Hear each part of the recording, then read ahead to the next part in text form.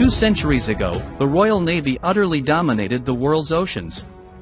Buoyed by the global empire, its ships were tasked with expanding and defending. The nautical service maintained a two-navy standard. That is, it endeavored to be at least as strong as the next two navies combined. The Royal Navy continued to be the world's most powerful navy well into the 20th century. Today, the British fleet, the Navy and the supporting auxiliary numbers just 73 ships displacing fewer than 1 million tons.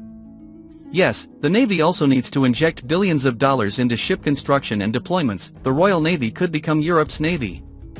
During the 18th century, the Royal Navy engaged in a long struggle with the French Navy for maritime supremacy, leading Britain to victory over France in 4 separate wars between 1688 and 1763. It played a key role in Britain's stand against Napoleon, and, after winning the Battle of Trafalgar in 1805, the Royal Navy was never again challenged by the French. This same period saw, in the person of Lord Nelson, perhaps the greatest admiral in history. For the rest of the 19th century, the Royal Navy helped enforce what became known as the Pax Britannica, the long period of relative peace arising from a balance of power between the major European states that depended ultimately on the use of British maritime supremacy.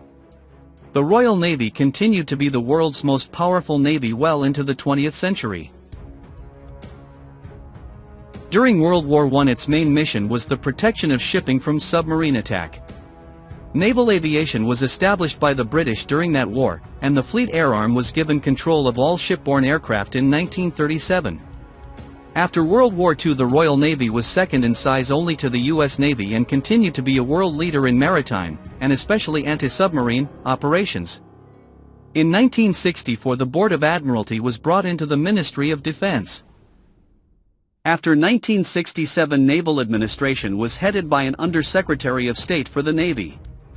Royal Navy organization includes the Surface Fleet, the Submarine Service, the Fleet Air Arm, the Royal Marines, and the Royal Fleet Auxiliary.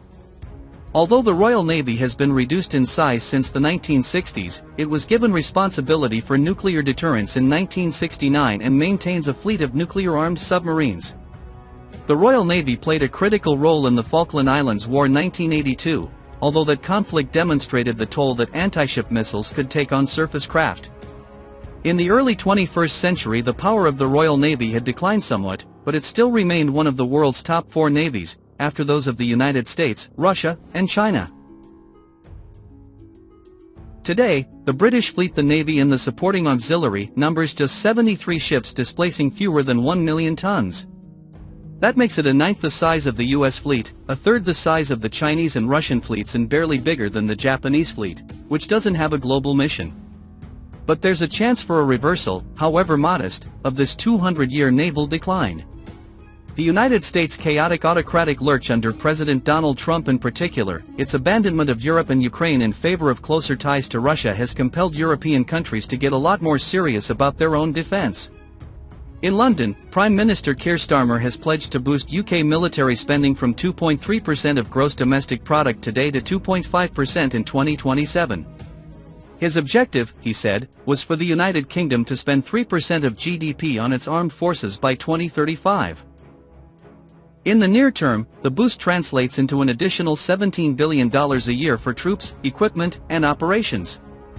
How much the Royal Navy will get, and what it might do with its possible windfall, remains to be seen. It should get the lion's share, positioning the British fleet to recapture some of its former glory and extend a maritime security guarantee across Europe. The Royal Navy could become Europe's Navy. It would make sense. The UK is an island nation, and historically its prosperity and security depends on control of the seas, said Pete Sandman, the director of Navy Lookout, a trade publication. In broad strokes, the European powers should concentrate on building their land forces while the UK protects the maritime flanks.